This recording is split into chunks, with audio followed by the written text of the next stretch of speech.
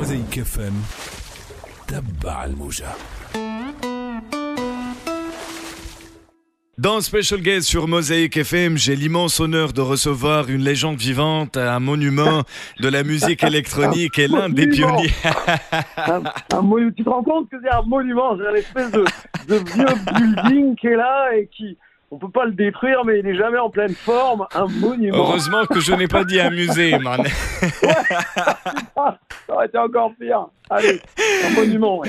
Voilà, notre invité, c'est l'infatigable, l'insaisissable, le DJ, le producteur et le compositeur et musicien français, Laurent Garnier. Salut Laurent. Ça va. Ça va. Un monument. Ah, ça annonce déjà la j'ai couleur. J'ai bien compris, ça fait mon âge. Voilà, j'ai bien compris que je suis bien ancré dans mon âge. C'est cool. Comment ça va, mon grand? Super. Alors, après 18 mois de repos forcé, de congés forcés, te revoilà enfin de retour aux commandes de tes platines au festival annuel Nuit Sonore. Les retrouvailles auront lieu ce samedi, le 25 juillet à Lyon. Un moment que tu attendais avec impatience, hein? oui, parce que ça s'est arrêté un peu brutalement quand même. Et oui, c'est, comme tu dis, ça a été un stop forcé, très compliqué, parce que ça faisait 35 ans que j'arpentais les routes de partout et je voyageais beaucoup. En fait, j'ai souvent dit à mon agent, je lui dis, tu sais, un jour tout peut s'arrêter. Mais je pensais pas à une pandémie, moi, tu vois. J'avais une autre idée de l'arrêt, en fait. C'était peut-être que la mode de cette musique-là va changer, les jeunes vont vouloir écouter autre chose, et nous, on va devenir obsolètes super vite. Mais j'avais pas cette idée d'une pandémie qui arrive et qui fait chier tout le monde. Bon, là, on l'a bien eu, on l'a bien compris. Je suis terrorisé là à l'idée de repartir samedi devant du public. On dirait que c'est la première fois. Tu sais quoi, en fait, moi, je suis ce qu'on appelle un traqueux. J'ai toujours peur, moi, avant de monter sur scène, parce que rien n'est jamais acquis. Et on doit toujours essayer, il faut toujours livrer. Même après en fait, 35 ans de carrière? Bah, bien sûr. Rien n'est jamais acquis, jamais. Oui, il y a une vraie part d'appréhension, de peur, mais ça c'est normal pour mes gigs. Mais alors là, après 18 mois, si tu veux, là en ce moment, je ne dors plus déjà depuis 2 jours, parce que j'étais à Lyon lundi pour présenter dans un cinéma mon documentaire. Exactement, l'avant-première, c'était l'avant-première. Exactement, et en France. Et donc là, il y avait déjà, tu vois, j'ai déjà vu 500 personnes, tous samedi, et j'aurais dit, oulala, foutez pas la pression. Et donc en fait, on a été visiter la salle où je vais jouer samedi, et la salle est grande, et je me suis dit, ah merde, j'aurais pas dû venir voir la salle en fait. Et donc là, depuis lundi, je dors pas beaucoup. Donc je suis content de te parler parce que ça me sort la tête cette idée pendant 1 heure, c'est parfait. C'est un honneur aussi, c'est un honneur. Alors Laurent, en attendant de découvrir enfin le film documentaire qui retracera ta carrière et plein d'autres événements marquants de l'histoire de la techno, nous allons proposer aux auditeurs, à nos auditeurs, un mini documentaire qui s'intitulera Laurent Garnier ou la vie de Laurent Garnier sur Mosaic FM. Alors, Laurent, pourquoi la house? Pourquoi la techno? Pourquoi ce choix? Pourtant, tu étais un fan de la musique disco, reggae, punk, rock. Justement, en fait. C'est un peu les premières images du documentaire où je dis, moi je suis un fan de reggae, je suis un fan de funk, de soul, je suis un fan de hip-hop parce que j'ai grandi avec cette musique-là aussi. Je suis de la génération où le hip-hop est arrivé quand j'avais 14 ans et donc moi j'en écoute toujours autant aujourd'hui. Je suis un fan de musique synthétique, de new wave, en fait je suis un fan de toutes les musiques un peu possibles et imaginables. Et en fait, quand la house et la techno sont arrivées, j'ai tout de suite compris que c'était la synthèse de tout ce que j'aimais. Et aujourd'hui, tu ressens le disco dans la house music, dans la techno de Détroit, tu comprends les influences, que ce soit de Kraftwerk ou de Funkadelic, dans toute une frange de ce qu'ils ont appelé le dubstep à un moment, ou même la drum and bass, parce que c'est une musique que j'aime beaucoup aussi. Là, tu vois très bien la Jamaïque, tu vois aussi très bien certaines mouvances du hip-hop. Et donc, en fait, toutes les musiques que j'aime se sont retrouvées quelque part un peu dans l'essence de la techno et de la house. Donc quelque part, quand j'ai découvert cette musique-là, j'avais 20 ou 21 ans et donc j'attendais peut-être aussi une révolution, tu vois. Et j'ai un peu mordu à pleines dents là-dedans parce que je me suis senti complètement en phase avec cette nouvelle musique qui est arrivée d'abord par Chicago, qui était plus soulful que la techno. Et puis après, tout de suite après de Détroit, tu as eu la techno qui est arrivée, qui était plus synthétique, qui avait une vraie vision futuriste.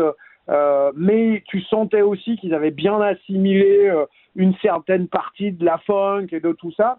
Et en fait, je me suis dit, bah ouais, bien sûr, c'est une musique qui est faite pour moi. Donc ça a été vraiment un coup de tout cœur. à fait naturel.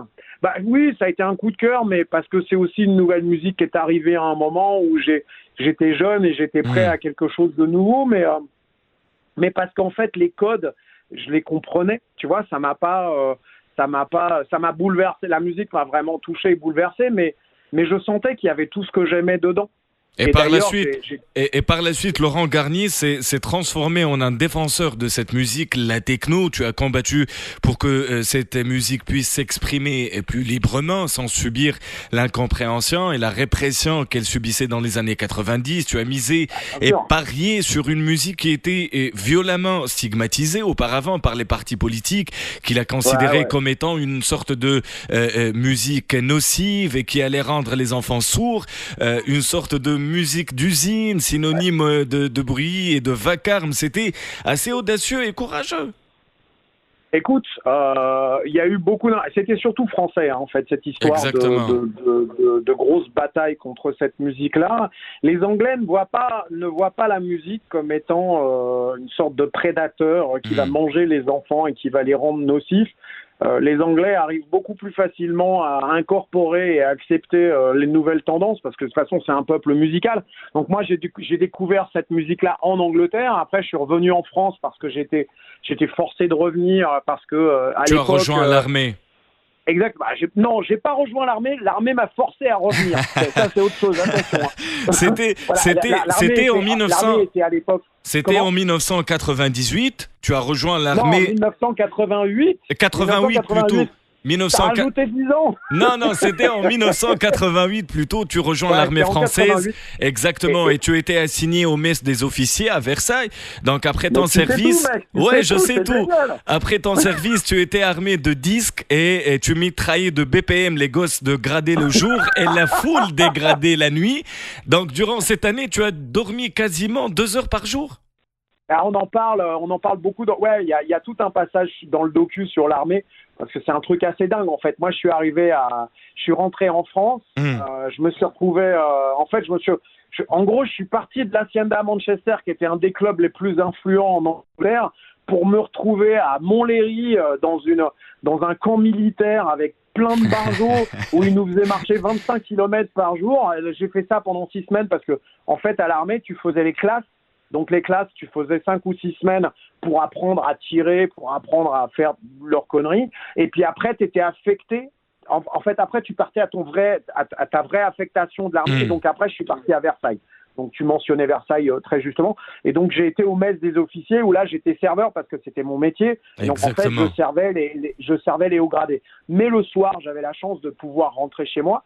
Et donc, en fait, il n'y avait pas vraiment de chez moi. Et les chez moi, c'était les différentes discothèques parisiennes. Et donc, quand j'étais à l'armée, je travaillais 5 soirs par semaine dans des clubs.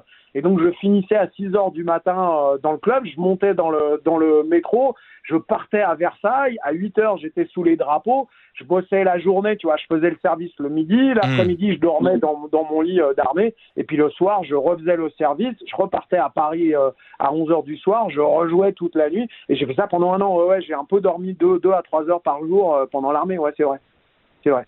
C'est étonnant, mais... J'étais jeune, je pouvais le faire. Mais tu l'es toujours, Laurent. Oui, c'était quand même en 88, c'était pas hier. Ouais, c'était il y a un bon moment. Alors Laurent, avant d'acquérir cette popularité, cette notoriété, comment Laurent Garnier, né d'un père forain et d'une mère coiffeuse, s'est retrouvé en train de chambouler les dance floors qui passent sous ta coupe avec ta sélection de musique au peigne fin? Écoute... Moi, j'ai toujours fait les choses un peu avec passion, même quand j'étais dans la restauration avant. J'aimais mon boulot et j'adorais parler avec les clients, parler de bouffe, parler de vin. J'aimais bien ça. Et c'est vrai que la musique, jouer des disques, ça a toujours été une passion depuis que je suis tout gamin. Tu vois, moi, quand j'avais 8-10 ans, mon grand frère, il commençait à sortir et c'est là où j'ai commencé à découvrir un peu pas le monde de la nuit, parce que j'étais trop petit pour quoi que ce soit, mais en fait, ce monde me fascinait déjà. J'étais tout petit et ce monde me fascinait par le biais de la musique. Et donc, en fait, je lisais tous les articles qu'il y avait sur les discothèques parisiennes. Donc, à l'époque, c'était les bains-douches, c'était le Palace, qui faisait vachement parler de lui. Et mais tu avais aussi un rituel, Laurent. Le dimanche, dans les clubs de Paris, il y avait des soirées. Bien avant tout ça. Ouais, bien avant. Là, je te parle bien avant tout ça. Là, je te dis, quand j'ai 8-10 ans, je lis la presse, mon frère sort, et en fait, pour moi, le monde de la nuit, c'est le monde le plus fascinant du monde. Et donc, en fait, je pars en Angleterre. À un moment dans ma vie, on me propose de présenter une cassette pour une nouvelle soirée à l'Hacienda. Donc, bien sûr, je fais 180 cassettes, si tu veux, et je leur donne. Et je me retrouve derrière les platines 6 mois plus tard. En fait, c'est une histoire de fou. Et je me retrouve derrière les platines de l'Hacienda, qui est quand même encore, c'était un des plus grands clubs au monde à l'époque. Et de là, je vis de l'intérieur une nouvelle révolution qui arrive avec une nouvelle musique qui s'appelle House et Techno. Je vois le truc arriver, je vois le truc exploser. Et je me retrouve en France 1 an après, à l'armée, à approcher des clubs qui n'ont jamais entendu parler de cette musique-là, où avec mon expérience justement de Manchester, je peux leur dire, je peux vous emmener cette musique-là, on peut travailler avec peut-être des promoteurs anglais. Et en fait, tu vois, quand j'ai mis, je suis un peu comme un pitbull, à partir du moment où tu mords, tu lâches plus, tu vois. Et donc, en fait, j'ai touché du doigt mon rêve de gosse, c'est-à-dire jouer de la musique, la partager avec des gens et faire danser des gens. C'était vraiment mon rêve. C'était vraiment, en fait, pour moi, toute l'essence de mon métier, c'est le partage. Et la restauration, c'est la même chose. Exactement. Quand tu vas servir des plats à des gens, tu partages un amour pour ces moments, ces petits moments comme ça un peu privilégiés où les gens passent du bon temps. Et donc jouer des disques dans un club ou être animateur radio, parce que moi je fais de la radio aussi depuis super longtemps, c'est un truc qui est hyper fort parce que tu partages ta passion avec des gens. Tu vois. Ouais. Et donc, quand j'ai touché ça du doigt, oui, bien sûr, j'ai pas lâché. Et comme j'ai toujours été un peu très intègre par rapport à la musique que je défends ou par rapport aux choses que je défends, j'ai fait pareil avec la musique. Et c'est peut-être comme ça aussi, le fait d'être resté intègre et d'avoir défendu un truc qui me passionne vraiment, c'est peut-être ça aussi qui a plu aux gens. Je sais pas, peut-être. Sûrement. Probablement, mais tu avais un rituel. Tu avais un rituel lorsque tu as été ado. Il y avait les soirées consacrées aux ados dans les clubs de Paris. Et toi, au lieu d'aller danser, tu avais un crayon et un bout de papier sur lequel tu notais les titres que le DJ balançait. J'étais un trend-spotter, parce que tu sais, ça existait, ça n'existe plus maintenant, les trend-spotters. Le Shazam d'antan. Mais mec, les trend-spotters, en fait, ça veut dire que tu étais collé à la vitre de la cabine, tu vois, tourné comme ça, contre la cabine, et tu essayais de regarder les macarons des disques, et dès que tu chopais un mot, tu le notais. Bah ouais, bien sûr. Non, j'étais un grand trend-spotter, bien sûr. Et après... il faut bien comprendre qu'à l'époque, quand j'avais 18-20 ans, les disques que les DJ jouaient, que les bons DJ jouaient, étaient souvent des imports. Alors, les imports, ça valait une blinde, c'était hyper cher, parce qu'on avait du mal à les trouver. Et 2, il fallait connaître un peu la bonne boutique de disques où aller acheter où aller trouver tes imports. Et quand le mec avait les bons disques, c'était pas sûr qu'il veuille te les vendre parce qu'ils en recevaient 5 ou 10 et souvent ils les gardaient pour leurs bons clients. Et quand toi tu as 16, 17, 18 ans et que tu arrives et que tu avais 120 francs en poche et que c'était le prix d'un seul disque, le mec il allait plutôt garder son import intéressant pour le gars qui arrivait avec 1000 balles, tu vois. Et donc forcément, c'était compliqué. Mais ouais, j'allais à Champ Disque à Paris ou j'allais dans d'autres boutiques de disques et en fait c'était un peu loin de chez moi. Et tu allais acheter des disques, c'était très religieux. Tu vois, il y avait un vrai truc où tu achètes le disque et puis après, le temps que tu prennes ton bus pour rentrer chez toi, pendant 1 heure, tu lisais chaque mot sur les pochettes. Enfin, il y avait un espèce de rituel. T'étais fasciné. Mais bien sûr que j'étais fasciné parce que j'aimais tellement ça et trouver un import, c'était déjà le Graal. C'était déjà compliqué de trouver le disque. Donc après, quand tu l'avais, quand tu le jouais, c'était très solennel, tu vois. Tu le jouais à tes copains et quand tu posais l'aiguille sur le vinyle et tu disais, les gars, je vais vous faire écouter le nouvel album de Sky ou de Sharon Reed ou le nouveau disque de Prélude. Putain, t'avais du poids, tu vois, quand t'avais le disque, c'était important, quoi. Bien sûr. Alors, un autre événement marquant dans ta carrière, grâce au multi-effet DP4 et en 5 heures uniquement, tu as sorti un morceau qui porte le nom de Crispy Bacon et qui était exactement, qu'on a découvert en 1997, considéré... dans le temps, là. Exactement, qui est considéré comme étant une véritable révolution musicale. Alors derrière ce titre se cache une belle histoire qui s'articule autour de la détermination, de la curiosité, la persévérance, la passion et vouloir se dépasser ses limites. Alors je sais pas si Crispy Bacon c'est tout ça. Je ne sais pas. Crispy Bacon il est venu un peu. C'est assez drôle parce que j'ai toujours été un très mauvais ingé son. Tu as fait appel à Stéphane, si ma mémoire est bonne. Alors, tu sais, Stéphane, il était il y a une demi-heure chez moi. Nous étions encore en train de triturer et titiller un de mes nouveaux morceaux avec Stéphane. Probablement, on aura un Crispy Bacon 3.0. Bah, tu sais, Stéphane, ça fait maintenant 20 ans qu'il mixe tous mes disques. Donc, si tu veux, il a beaucoup influencé mon travail. Mais ce que je veux dire, c'est que donc ce fameux Stéphane, son nom d'artiste est Scanix. Et donc Scanix étant mon meilleur ami, il y a un moment où j'ai compris dans ma carrière que j'étais un piètre mixeur, en tout cas ingénieur du son. C'était pas du tout mon truc parce que j'avais pas la notion du son, alors que Stéphane là, lui, à la base, c'est un ingé son. Et donc j'ai fait appel à un moment à avant Stéphane, j'avais un mec qui s'appelait Laurent Collat et sous son nom d'artiste qui était Elegia, qui était un gars qui avait signé aussi des disques chez Fcom. Et donc quand Laurent a déménagé, il a commencé à bosser sur d'autres projets, j'ai fait appel à Stéphane qui lui a commencé à mixer mes albums, mais au début de notre collaboration, j'ai dit à Stéphane, j'aimerais comprendre un peu plus, c'est-à-dire j'aimerais maîtriser mieux le vocabulaire. Et donc je lui ai demandé de venir chez moi pendant 5-6 jours en lui disant, bon ok, on va prendre les machines que j'ai et je veux que tu m'expliques. Je veux que tu m'expliques avec tes mots ce qu'est un LFO, ce qu'est un release, ce qu'est un filtre, ce qu'est plein de choses. J'aimerais comprendre ce que font mes machines parce que moi, je touche des boutons, je sens que le son il change, mais je comprends pas bien tout ça. Et voilà. Et en fait, Stéphane est venu à l'époque et on avait beaucoup travaillé sur une de mes machines ça s'appelait un DP4 et donc c'était des effets, c'est une machine qui est surtout pour des effets.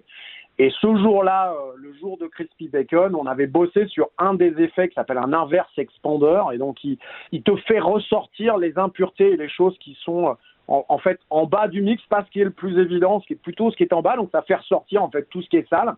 Et le soir même, quand Stéphane est parti, je me suis dit tiens, j'ai toujours eu longtemps cette référence à Underground Resistance et à la musique de Détroit. Et donc, en fait, je me suis dit, tiens, le soir, je vais utiliser à bon escient ce DP4 en ayant l'idée d'un morceau à la Underground Resistance. Et je me suis dit, comme ça, demain matin, Stéphane va venir et j'aurai utilisé tout ce que j'ai appris pendant la journée, tu vois. Et donc, j'ai créé cette basse où j'ai fait ressortir toutes les impuretés. Et c'est pour ça qu'elle grésille, elle crépite, tu vois. Et en fait, c'est là où est né Crispy Bacon. C'est tout. Mais Crispy Bacon, en fait, pour moi, c'est pas un morceau révolutionnaire parce qu'il y a rien dedans. Il y a une basse, un kick, un charlet. Après, j'ai rajouté un petit bout de MS-20, une pseudo-nappe. Mais il y a rien, quoi. C'est juste une basse qui rebondit comme ça et où le filtre s'ouvre et après il se ferme et c'est une espèce de truc qui est vachement énergique. Mais de là à dire que c'est un morceau révolutionnaire, non, je crois pas. Non, pour moi, les morceaux révolutionnaires, c'est les productions de Derek May, c'est Underground Resistance, c'est Jeff Mills avec The Bells, tu vois. Ça, c'est révolutionnaire. Donc c'est Crispy Bacon, c'est pas révolutionnaire. Un moment fort de ta carrière fut aussi le livre Électrochoc que tu as publié en 2003 chez Flammarion avec l'aide du journaliste David Brun-Lambert. Après 3 ans de travail, vous avez proposé au lecteur un livre qui véhicule un mix entre ta biographie et l'histoire de la musique techno, où tu racontes les moments clés, les acteurs, les événements et les lieux phares, ces histoires secrètes, ces excès et ces enjeux, puisque tu étais un témoin privilégié de l'aventure électronique. Tu as dévoilé de l'intérieur les coulisses de l'Odyssée techno. Alors, ce qui est surprenant, c'est que ce livre Électrochoc était une thérapie pour toi.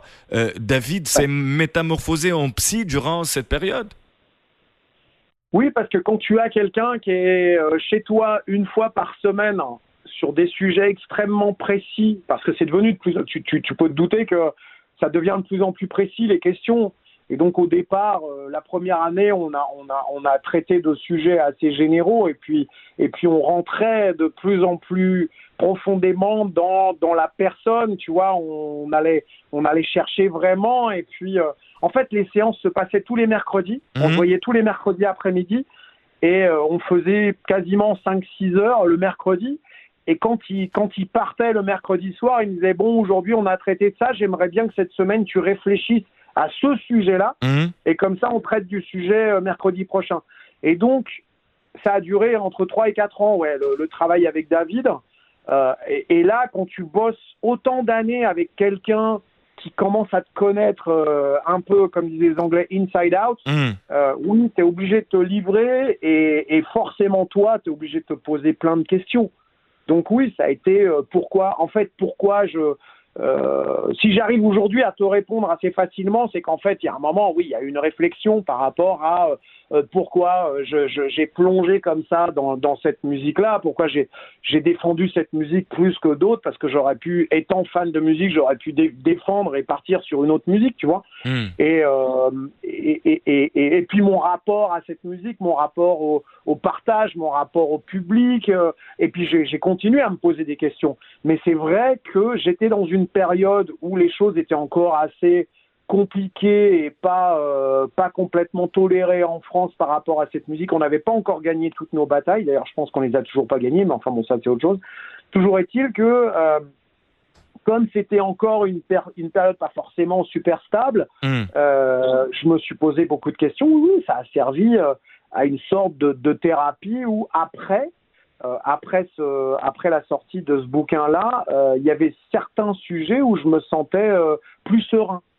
Tu vois, je vais te donner un exemple très bête. Je me suis retrouvé un soir à jouer Donna Summer, I Feel Love, qui est un morceau, puisque tu as l'air très bien renseigné, tu dois savoir que c'est un morceau très important dans ma carrière. Mythique et emblématique aussi. Bon, emblématique pour plein de gens, mais pour moi aussi, et c'est vrai que ça m'arrive de le jouer dans une soirée techno.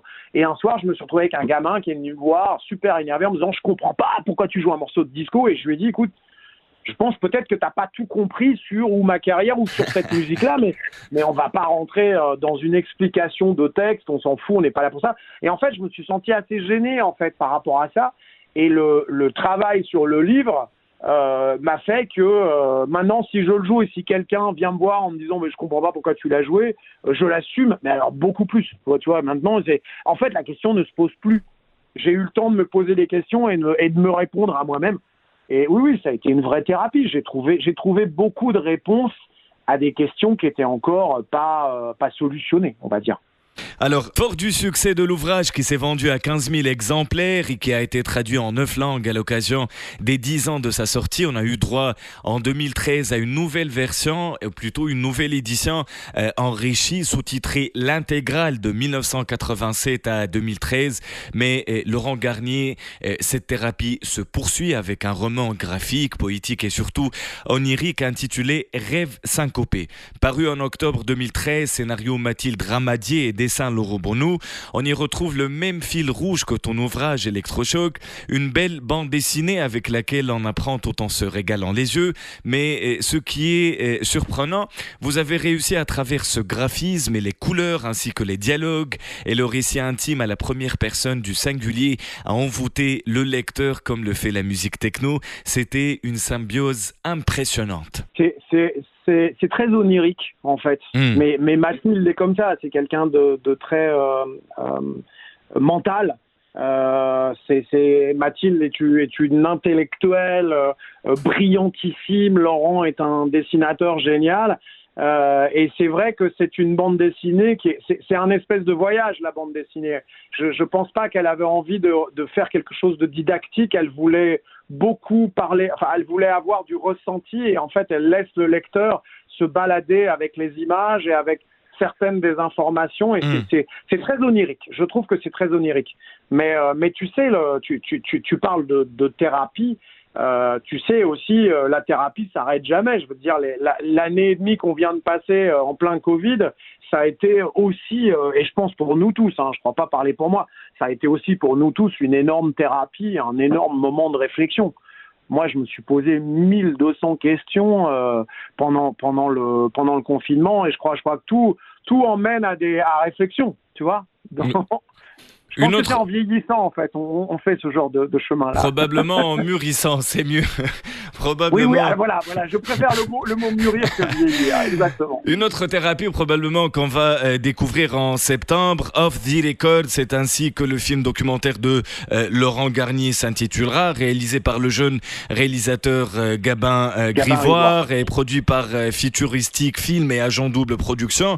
Durant 3 ans, vous avez travaillé côte à côte afin de proposer au public un film documentaire qui retracera 35 ans de carrière, de ta carrière en tant que DJ et producteur de musique électronique, et qui relatera aussi l'histoire de la techno. Hormis ces deux axes centraux, le film documentaire Off the Record proposera-t-il l'autre facette de la vie d'un DJ, ou plutôt l'envers du décor de la vie d'un DJ, l'angoisse avant de monter sur scène, les doutes éternels, les remises en question, les moments de faiblesse? Bien sûr, c'est un moment, si tu acceptes d'ouvrir ta porte à quelqu'un qui va venir avec sa caméra chez toi ou pour faire quelque chose avec toi, si tu lui donnes pas du vrai ressenti et ce que les gens ne voient pas forcément, ça n'a pas grand intérêt. Donc on va pas forcément, alors notamment le track et tout, on aborde le sujet à un moment, puis il y a des images très fortes quand je suis au Sonar, où Gabin, il était loin de moi, mais il a su très bien choper le moment où je suis tellement angoissé que tu vois les gens autour de moi, ils en rigolent en fait, parce que je ne peux plus parler à personne, et j'ai Georgia du Sonar qui est derrière moi et qui me tient dans ses bras. Tu sens que je suis tellement angoissé, et t'as Christian, mon agent, qui me regarde et qui est mort de rire, parce que ça fait 30 ans que ça le fait rire. Ça fait 30 ans qu'il me dit mais arrête de t'angoisser, ça va bien se passer. Et je n'arrive plus à parler, je suis complètement vissé, serré, enfin je suis quasi prêt à imploser, tu vois. Oui, on voit ces choses-là, et moi ce qui me plaît dans ce documentaire et ce que j'avais envie, moi je reviens à cette notion du partage. C'est pour moi une des clés les plus importantes de notre métier, de ton métier, de mon métier, de d'autres métiers aussi, où on donne des choses aux gens et on leur fait passer des moments inouïs, ou des moments dont ils vont jamais oublier, tu vois. Et en fait, tout dans ce truc-là, c'est la notion de partage, et j'avais envie de voir aussi le plaisir. Et ça, dans le documentaire, on n'en parle pas forcément tout le temps, mais tu le vois, c'est palpable. Et ça, c'est vraiment un truc dont j'avais envie d'avoir ça dans le documentaire, et je crois que le sujet est là, on le voit. On le voit bien dans le documentaire. Mais il y a une question qui me tourmente. Après 35 ans de carrière, comment Laurent a pu se frayer un chemin parmi les milliers d'artistes, à ne jamais abandonner, à repousser ses limites, à garder le même cap et à ne pas chavirer ou dériver? Parce que je suis très bien entouré. Je suis très bien entouré. Tu sais, moi, ça fait plus de 30 ans que je vis avec la même personne. Ça fait plus de 30 ans que je travaille avec les mêmes personnes. Ou en tout cas, toutes les personnes qui intègrent l'équipe à un moment sont des gens qui sont là depuis déjà hyper longtemps. Donc, j'ai travaillé que en famille, avec ce que j'appelle un peu ma garde rapprochée.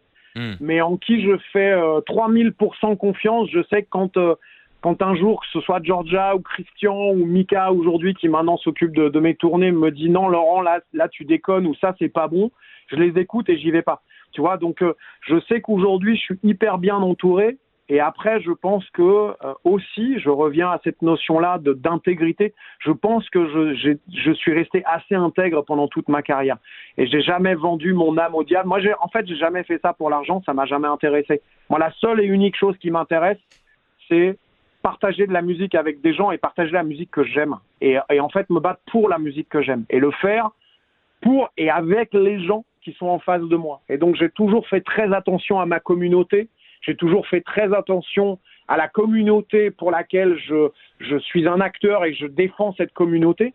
Et j'ai aussi un truc, c'est que je suis assez ouvert d'esprit et donc c'est pour ça que ça m'a permis de travailler avec un groupe de rock comme les Liminanas. Ça m'a permis de produire un album de hip-hop avec Abdel Malik. L'album Des Pellicula qui sortira en septembre. Ça sort en septembre. Ça sort en septembre, mais tu vois, ça m'a permis aussi de faire un album avec Abdel Malik, voilà, qui est un rappeur. Ça m'a permis de travailler avec des chorégraphes, de faire des choses différentes qui ne sont pas que dans le domaine de la techno. C'est tout. Merci infiniment Laurent Garnier d'avoir été notre invité sur Mosaïque FM. C'était un honneur, le DJ et le producteur et le musicien français Laurent Garnier.